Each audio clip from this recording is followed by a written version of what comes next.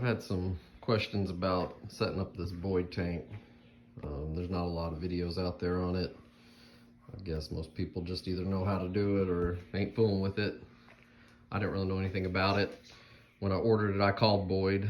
They really don't have a number that you can call directly. You have to leave them like a, I think it was online, like a message or an email.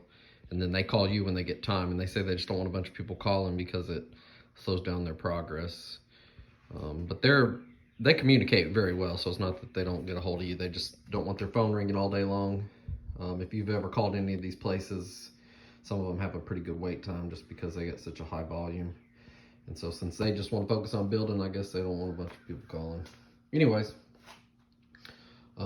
this tank here, I bought the fuel hose, hot rod fuel hose, came everything I needed. They were also great customer service. Guy answered all my questions. Basically, I told him what I had, what I wanted, and he built a package for it. And I had plenty of extra fuel hose. I've even got quite a bit of slack in some of my lines, and all the fittings, everything seems to work well. Haven't had any leaks. The sending unit I got is the 90. You just tell them what you want. I've got Dakota Digital, so I went with the 90, and then I programmed that into the Dakota Digital, and it worked perfect. I've said in other videos, I've had this truck since I was 16. The fuel gauge never worked. So this is the first time I know how much fuel's in this truck. It's kind of crazy. As far as the wiring goes, I ran 2 wires from the front of the truck. I twisted them together and then put them inside this plastic coating.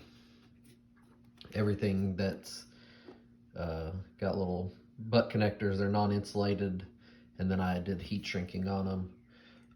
The wiring is pretty straightforward. You run one for your fuel sending unit, and then you run one back here to power your fuel pump. And so I went with a pretty thick wire, 10 gauge, and then just run a ground. I just ran the ground over here. So 3 wires, one for the sending unit, one for the fuel pump power, and then one to ground the fuel pump. My battery's right there, so I just grounded it. I wanted to ground it somewhere where I felt like I could still get to it if I needed to, if I ever need to drop this tank or anything. Tank, I bought some rubber, just a roll of rubber off Amazon. Have it insulated in between so there won't be any squeaking. Fuel hose, the 2 wires I ran go all the way to the front. I still need to do a little bit of securing on the wires. They're just sitting there for now. Problem I'm running into is I have a lot of things on this side of the truck, and so the frame is getting really crowded. I've got the fuel hose. I ran my brake line down this side. I've still got air management to run, and then the rear harness has to come back here as well, so getting crowded. As far as the wiring for the front, this is going to be probably build specific. If you're running an LS swap, whoever does your harness, I have 1 wire, and it's for the fuel pump. And so that's what I connected to the wire I ran to the back. That was it. I figure most builds will be pretty similar. If you're running fuel injection, whatever wire powers your fuel pump, that's the one you're going to run to the back. I had a guy, I live in Arkansas, I had a guy here in Arkansas, that's what he does on the side. Probably can make a living doing as many as he does, but he cut down my harness for me, put a tune in. Man, it was plug and play. I've never done an LS swap before, and this thing fired first time. I haven't really done a video on starting it. It's kind of crazy. It was like the pinnacle of this whole build, but I've just been busy, haven't had time to post. I just wanted to get this video out to try to answer the question about that Boyd tank. The other wire, the one that goes to the fuel sending unit, I've got it running through the firewall, and it connects. There's a, let's see, That's not permanent. I mean, I've got to figure out where I'm going to mount that. I think I'm going to build like a board, but that's the Dakota Digital master control unit. I don't know what else you call it. And there's a spot on there for the fuel sending. I also have the BIM.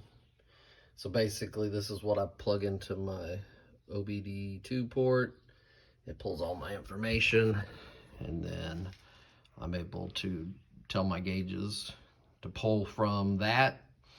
And man, everything works. The only thing I haven't tested yet, and I haven't even set it up, is the speedometer, because it ain't gone anywhere.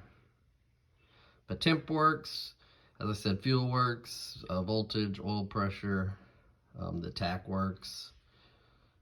So yeah, man, this thing was painless to set up. Hopefully that'll answer any questions about the wiring for the Boyd. It's really straightforward. Ground, run your power wire back there. I twisted them together, make it a little bit solid. I'll put this cover on them, and then your ground wire's not going to be real long. And then that's it. That's all there is to it. Running the fuel line, just a bunch of different fittings. Kind of depends on your setup. I tied them right into the original fuel rails, and then it's got the inline and the return line. So far, no leaks. And then the fuel filter is right there. Again, no leaks. So yeah, straightforward. If you got any more questions, post them in the comments. Like and subscribe to the video, and I'll keep updating.